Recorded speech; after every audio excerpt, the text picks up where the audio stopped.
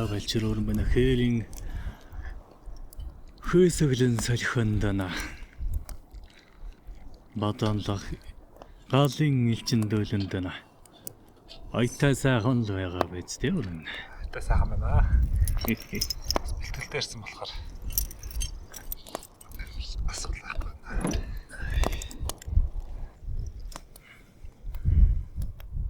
Гэнэ хүмүүн нартад хөрөн зүрх мэн цохол байх тэр цагт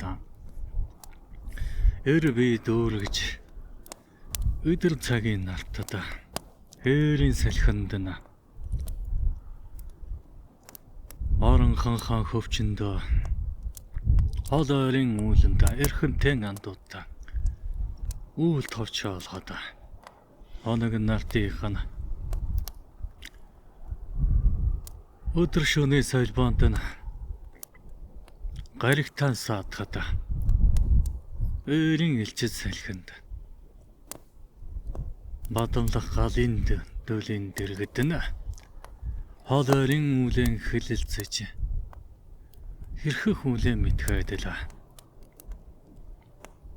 бодчихна бодол оюунан цэгцлээдала мөнтэн Илт таван үгийг нь хэлэлцээдэл тааварсан ихэр бол хов бацан гэдэг байлаа.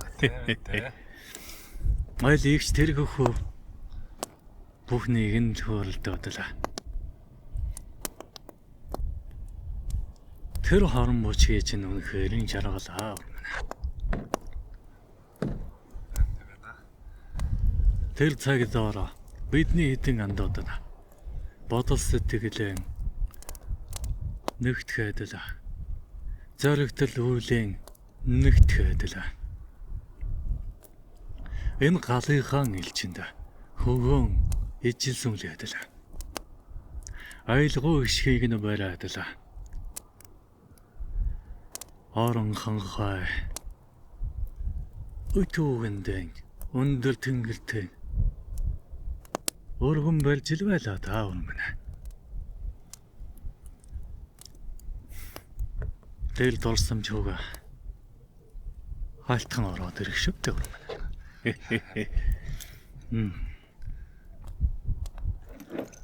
Нанны голдод баруунтан хоншон байлдах. Газар өндөр хайрхныхаа хөлийн овонд нь чуулалж явагдал. Өдөр гаргаан товлоод уулзалдах газрын байцаан аваагоор нь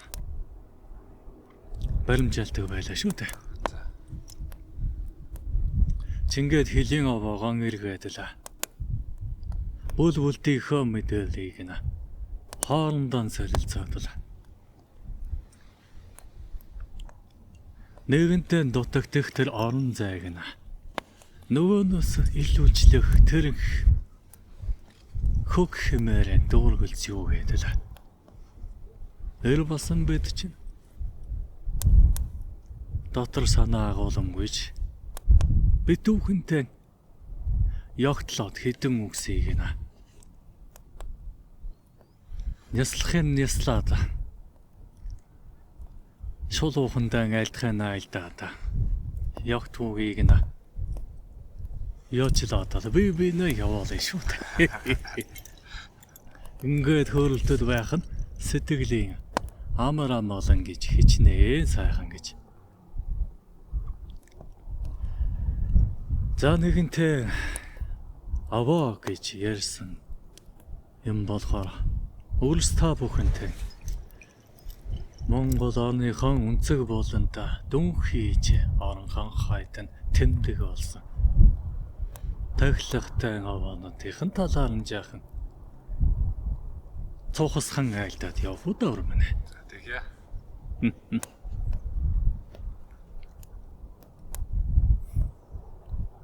Аваа хэмээх чинь чиний гар яг юу юм болоо чи юу гэж ухаж байна дөөрмөн. Үгийн бодоод үзэхээр бол ямар нэг юмар аваасан багц юм л аваал гэж хэлнэ. Яг хар багасаа миний ойлгосноор бол тахилахад тийм одоо шүтэн гэхүүд эсвэл би өөрөөр бол нөгөө ямар нэгэн уул хангаан эзэн оршдог тийм гэрнэн болов гэж магтах байсан. Нөрөхийн нийт аяар өрсөд ингэж тунгааж бодож байгаа байхаа да өнөө нартад.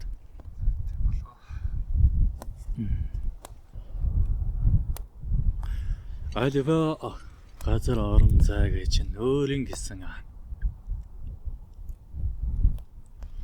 илэрхийлэх орон зай боёо тамга тэмдэг одоо та үрсэн хээр болоола хаяг гэсэн үг шүү дээ. Тэрэн голын тэрэн овоно тэр нутгийнхны мэдлэлтэй байдаг. Овоогоор нь тэр нутгийнхны ерөнхий хэв аж ахуйн төрслөнд ойн тон бууж илдэг. Энэ өнцгөр харвала тухайн нутгийнхаа эрдэм хэмээг нь бүрэн бүтэн байлгаж энэ хэм зохицолгоог нь бүтэн байлгахыг бэлэгдэж уула хайрхадын нэгэн хэсэг өнөн эдгээр чулуудыг нь аваалж аваа босгоод байдаг шүү дээ. Уг суурин бол газар нутгийнхаа энэ хэмийг бүтэн цулдал байлгахыг бэлэгдэж өөрийн нутгийн орон зайн тэрэн чулуудаар нь аваа босгох ёсны анхны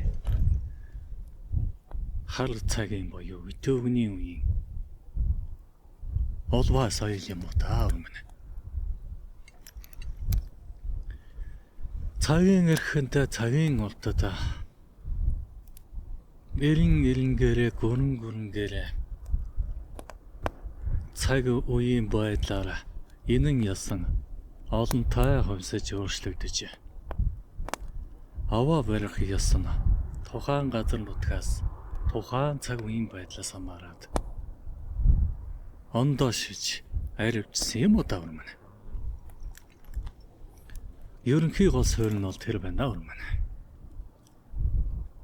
Одоо цагийн өрсөө та бүхэнд очих газар хаягтай байвал зориод очиход амар байдаг шүү дээ. Тэрнтэй айлталаа. Тэмдэг тамга хаяг гэж ухаж ойлгож болно. Тухайн газар нут. За овоог ерөнхийдөө дотроо хэд ангиллын уудаа өмнө. Түрүүхэндээ альцсангаар бол хөлийн овоо гэж. Тийм үү? Газар нутгийн хэл хязгаар тэр орон зайг тэр овоогоор нь баримжаалж засаг төрийн хэм хэмжээ болоод нийт даяарын орон зайг мэдүүлэх өчиг нэгэн байна. Удаа ховоо нь бол зан үйлийн шинжтэй буюу итүүгэн газар шороо эрхэд мөнх тэнгэрийн уялдаа холбоосыг нь энэ хэм бэлчим зохицолгоонд нь тамгалан оршиж тухайн газар нутгийнх нь эзэн савдгийнх нь орон зайг тонхоглох тийм овоо байна зан үйлийн. За тэр овоо нь бол ерөнхийдөө голдоо хөндийтэй боёо хүмүүн ороод сууж болох үст тийм овоо байсан юм. Хэв загварын хувьд аваад үзвэл урдсан ч байна, бургасан ч байна. Үүлтэй ажилтай өрсүүдийн байсангаар чулуудан ч байна. Мөнтэн хахир өвлийнх нь өвлийн цагт нь уйлралтай нэг удаа үзэгдэх хормостын овоо гэж бас байна. Хонгорлсон цасаар нь овоолоод тэрэн газар нутагт нь дахин тань барьж тахиж зан үйлхийг тийм босоо байсан. Дотроо бас ариунтай байгаа биз. За зан үйлийн шинжтэй буюу тавхилгатай бэлэг талын овоод нь бол их сонин содон хэв зовлтой тухайн газар нутгийн отог омгийнхны язгуур шүтээний онцлог шин жагуулагдсан байдаг маа урман.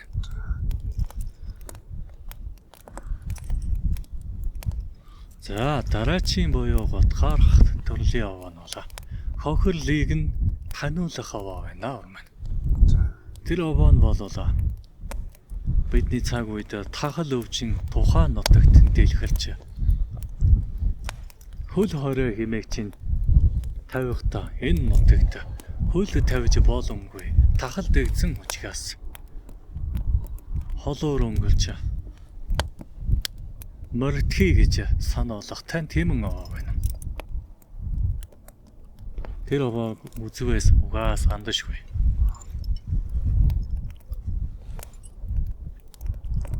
Газрын ёс чаягаар отог омгийнхний жаягаар нь өөрсдийн боломжоор ямар тач гисэн гадна дотны хүмүүн тэр нутгийг зориход энэ бол тахалтай нутгийн овоо байна. Энэ нутагт залгүй явдал болж гэдгийг л энэ хэмээрээ таниулах тийм овоо байсан. Тэр овоог нь үлдэхтэн тахалд нэрвэгдсэн мас сүргийнх нь өнөө цогцоор нь босгож шууныгийг татдаг байлаа урман.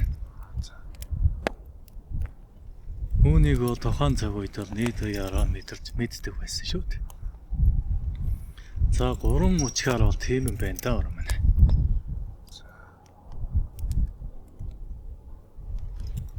За үүндэр нэмээд ардын хувийн удмынхны хувьд өөрсдийн тангараг нэг ясанд удмын овоо гэж бас байна урман.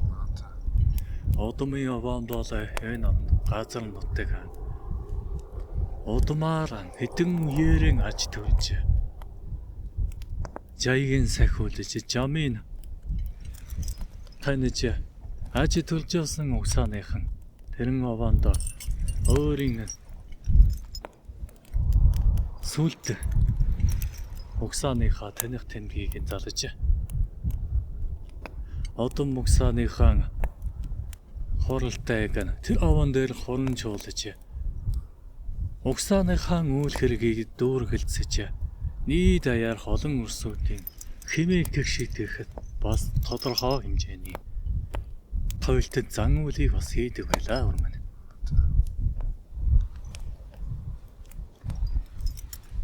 Өндөөс л өнөө овоо тохилох гэдэг зан үйл өнөө нартад уламжлагдаад ирсэн харагдаад байна да урман. Тэгэхээр овоо болгон өөр өөрийн онцлогтой болоод үүлийн хөгийн ялгаатай байх нь байна шүү дээ.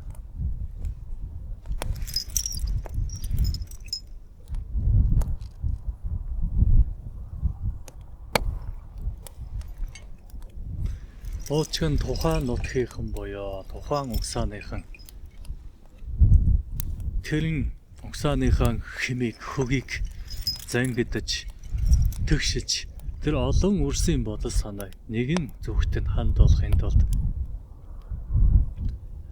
3 хавалтаа нэг удаадаа удмын овоогоо тахиж аамунтай тайж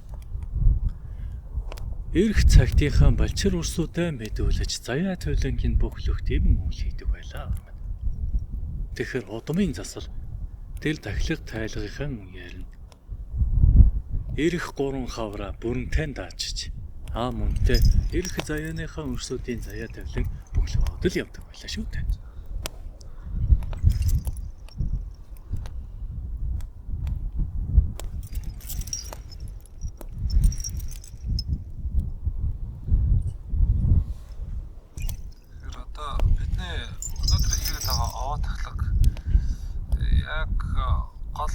Чанараа хадгалж чадчих байгаа болоо эсвэл арай жоохон ховсцсон байгаа болоо.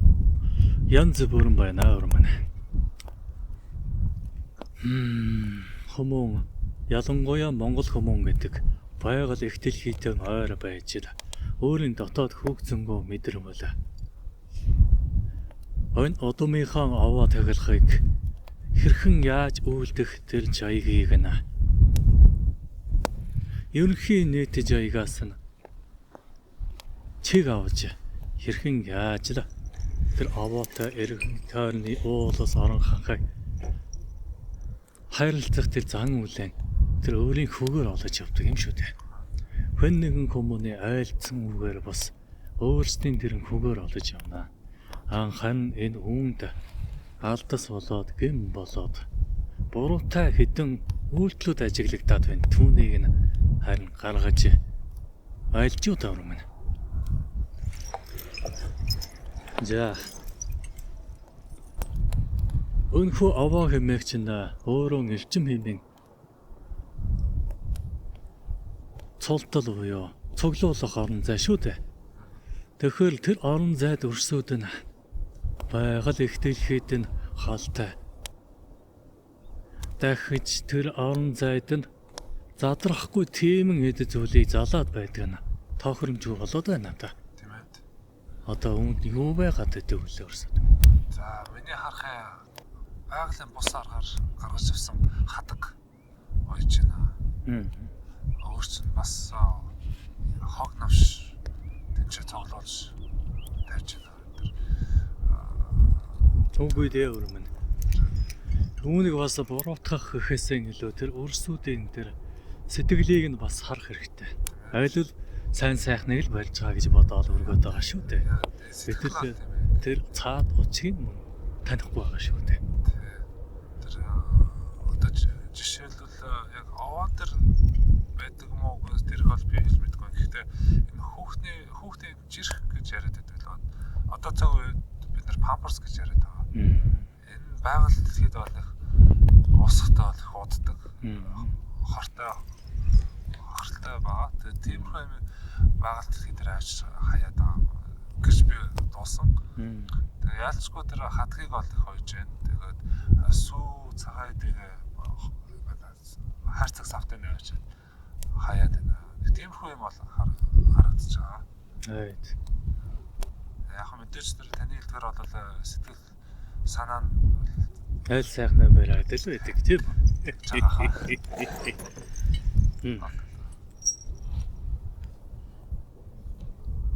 За. Хадаг гэдэг чинь байна да. Эдийн дээд гэдэг. Өрсүүд нь дээдэлдэг шүү дээ. Тийм ээ. Хайл хүндтэй хүмүүнтэй хадаг барина. Тийм үү? Эрхэмтэй багштай хадаг барина. Ижи ядаа хадаг барина. Бэр гоохээс л хадаг барина гэдэг. Аль л өөлийн дээдэд, эдийн дээдэд хадаг бариад байдаг тийм үү? За энэ хадаг хэмээх зүйлийг нь хамгийн анхлаа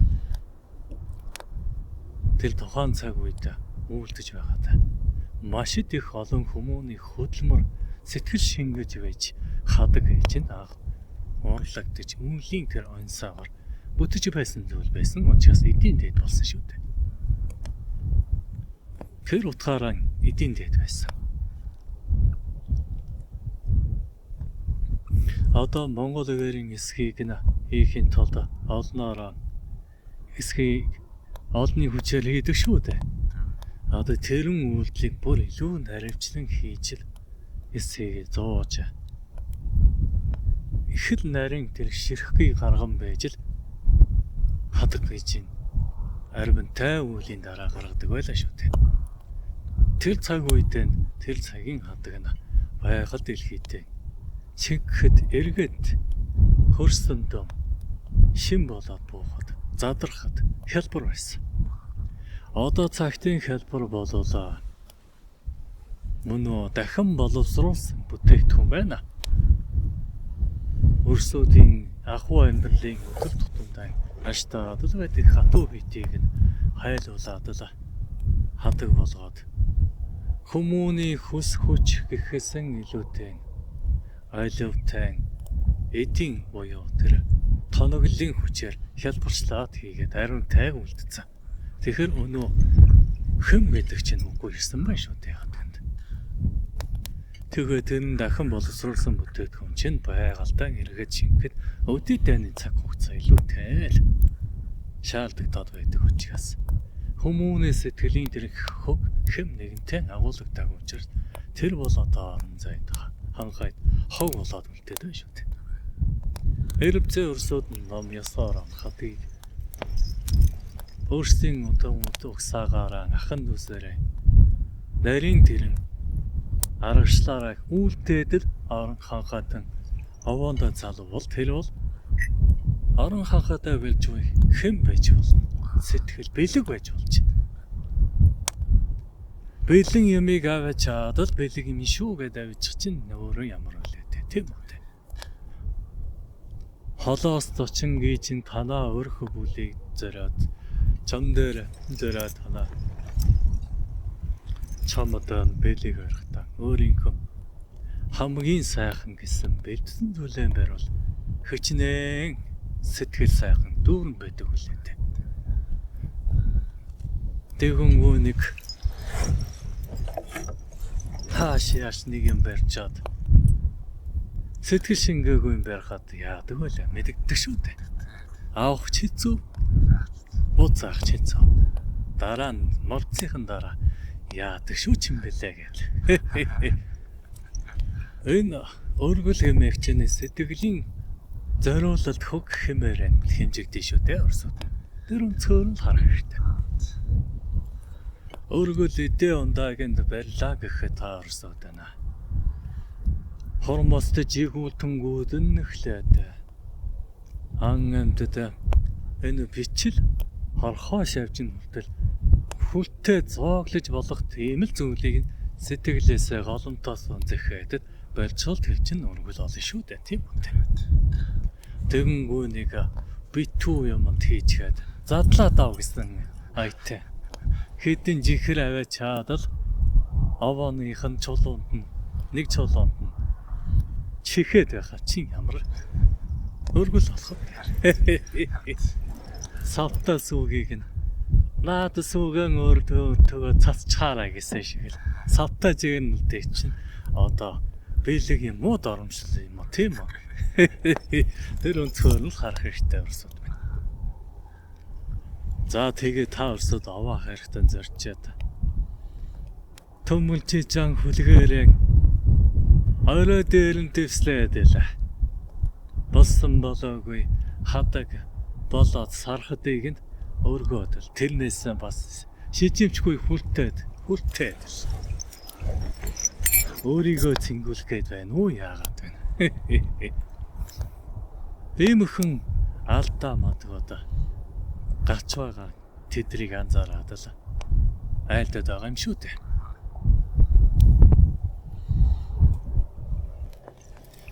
Оол усны эзлүүд нь жам ёсны тогтолцоонд нь цэвэр ариун тунгалгийг хамгийн дөрөнд эрхэмлэж нарс сар хээрийн салхинд нь өргөлжил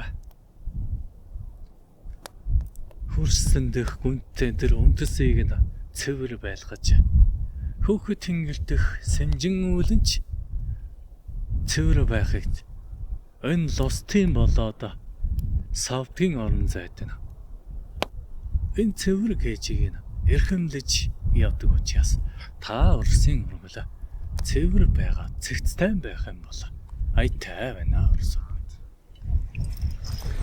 За тэгээд цагийн мэдээ байцаа цагаан энэ цагийн нартад хамгийн зохимжтой өргөл юухан тань гэвэл та Орсын байрсан хэдэ шүүс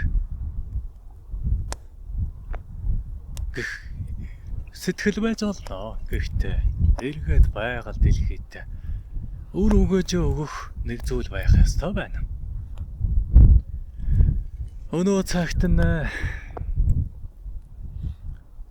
үндэсийн чанар алдагдаж, газар нутгууд нь талхлагдаж, хөрс шороо хөрсөөрөө арчигдаж өнөө сайхан ургамлууд нь ургаж чадхаа байсан байна орсод. Их байгальтайгаа буруу харьцснаас болоод их байгаль нь өөрийн зохицолгоогоо бүрэнтэй өргөжлүүлэхэд бэрхтээ болсон байгаа учраас оол усны эзэдүүдийн өмнөөс лустын орон зайны өмнөөс төлөөл болгоод ямархан өргөлн дэвтэй гэдгийг айлтгаа өрмөд. Лустын орон зайд нь гол мөрөн горих нуур цурмдын ургалн юухантай нь явал айдтай таарсууд минь цэвэр тунгалыг сахиулж тэнд нь мэдгүйгээсэн болсон уу хэнэггүйгээсэн болсон уу өөрийн инхэн хэр бурдаг хогийг хайсан өрсүүдийн тэрэн богшмолуудыг өрсүүд минь цэвэрлэж өгвөл тэр бол лустын орон зайд томоо өргөл болно. Олоосан цэвэр тонголог байлгыг гээд сүүлийн үед нь балчир өрсүүд нь хөдөлгөөн аян өрнүүлээд байгааг ачаадаар сайхан байна. Энд чинь өөрөө ердөө лустын орон зайд хүсээд байгаа өргөл юм шүү дээ өрсүүд байна.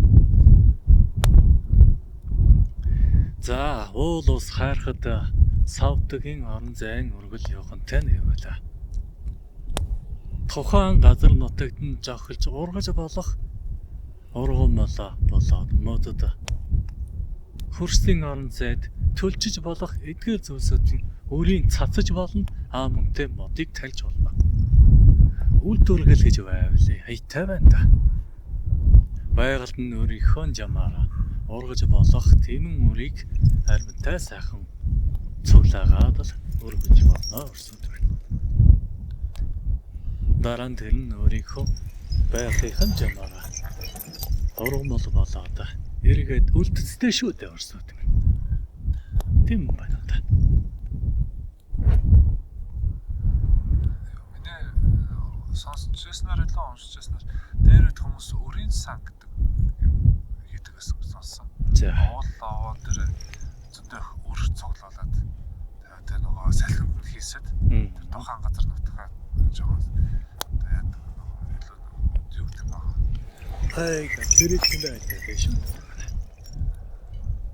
Тэр ясыг ин тэр олбоо соёлыг нь одоо энэ цагт нь дэлгэрүүлэх хэрэгтэй байна. Тэгэнгүй болоо. Цөлжилт гэмээх чинь аривчаад байна шүү дээ өрсөд.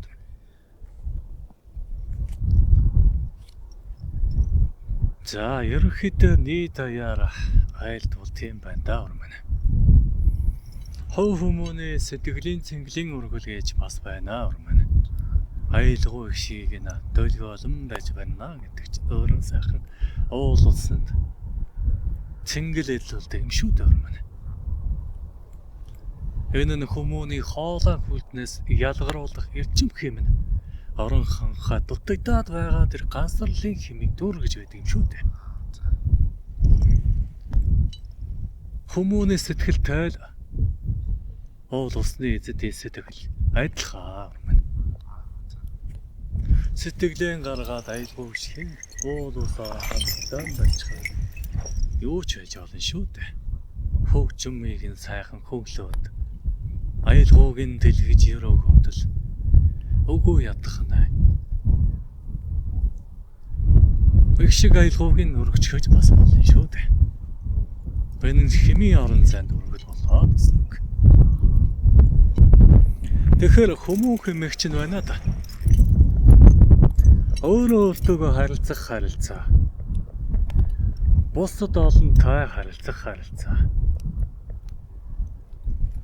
Орон зай буюу хий ертөнцтэй харилцаа гэсэн гурван үндсэн харилцаа байдаг.